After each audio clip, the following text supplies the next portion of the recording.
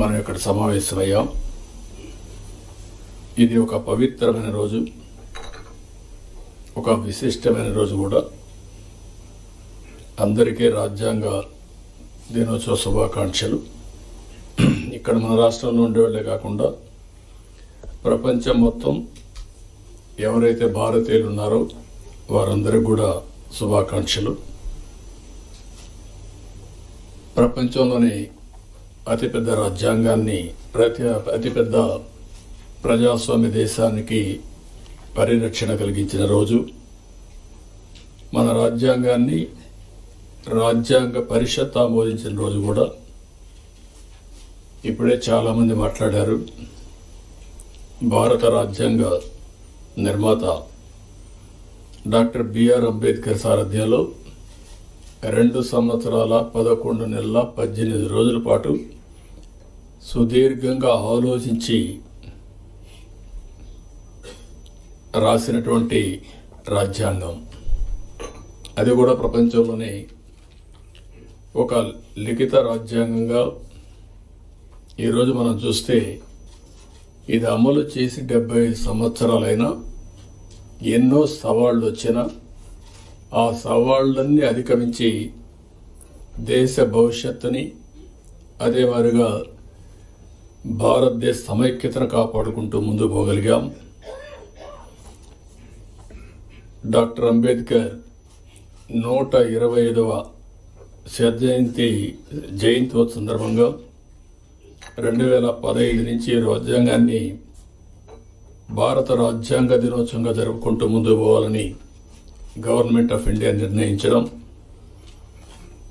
మనం రాజ్యాంగాన్ని సమర్పించిన రోజు ఈ రోజైనా మనం అందరం కూడా జనవరి 26 నుంచి మన రాజ్యాంగాన్ని పరిరక్షించుకున్న దినోత్సవంగా మనం ముందుకు పోతూ వచ్చాం.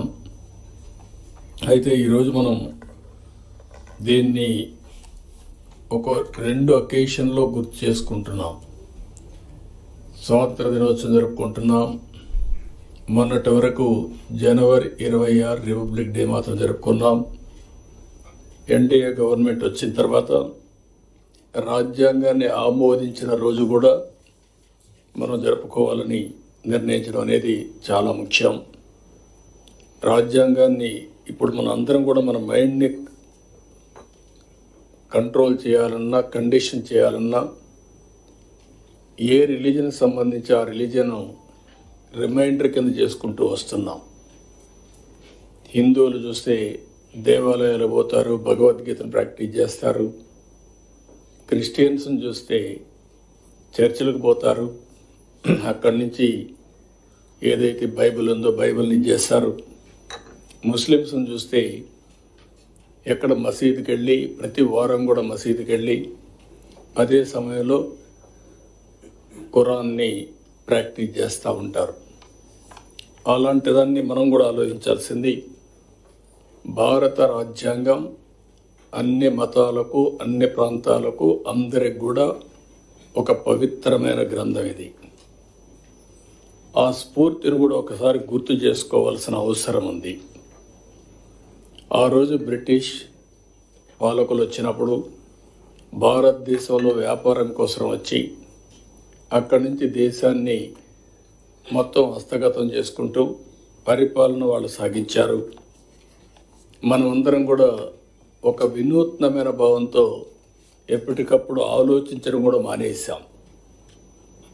ఆ క్రమంలో మనం చూస్తే ఎన్నో అవమానాలు, మరెన్నో అరాచకాలు. అంతకు మించి మనం ఒకసారి చూస్తే మనం ఏది చేతగాని వాళ్ళనే ఇంప్రెషన్ కూడా ప్రపంచానికి ఇచ్చే పరిస్థితి వచ్చింది. ఈ ఆలోచన విధానాన్ని కూడా మీరు ఒకసారి ఆలోచిస్తే చాలా సంవత్సరాలు, డెకేడ్స్ మనం సబార్డినేట్స్గానే ఆలోచించాం. ఎప్పుడైనా సరే ఒక్కొక్కసారి కొన్ని ప్రభావాలు ఎంత ప్రగాఢంగా పనిచేస్తాయంటే మనం వేరే దేశాలకు పోయి ఆ దేశాలతో ఉండే వాళ్ళతో సమానంగా మాట్లాడడం, మేము మీతో సమానంగా పోటీ పడగలుగుతామని చెప్పుకోలేని పరిస్థితికి వచ్చింది. అదే ఉద్దేశం ఆ రోజు కూడా మనం చూసినప్పుడు మీకు అసలు రాజ్యాంగం రాసుకోవడం చేతనవుతుందా అని అవహేళన చేసిన రోజు అది. అక్కడి నుంచి ఈ రాజ్యాంగాన్ని రాయడం కోసం మీరు ఒకసారి చూస్తే ప్రపంచంలో ఉండే అన్ని దేశాలని ప్రజాస్వామ్య దేశాలన్నీ అధ్యయనం చేశారు.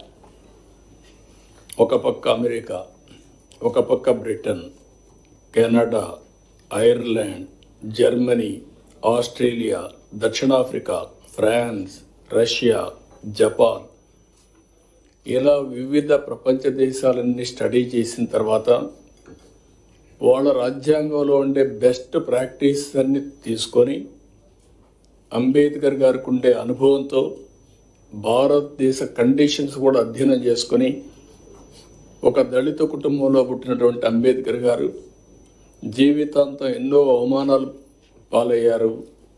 ఒక పక్క బానిసత్వం, ఇంకొక పక్క సమాజంలో కూడా అవహేళన, ఇవన్నిటి గురైన తర్వాత ఆయనలో ఉండే పరిపక్వత రాజ్యాంగంలో పూర్తిగా ఎక్కడికక్కడ కనపడే పరిస్థితి వచ్చింది. భవిష్యత్తులో వచ్చే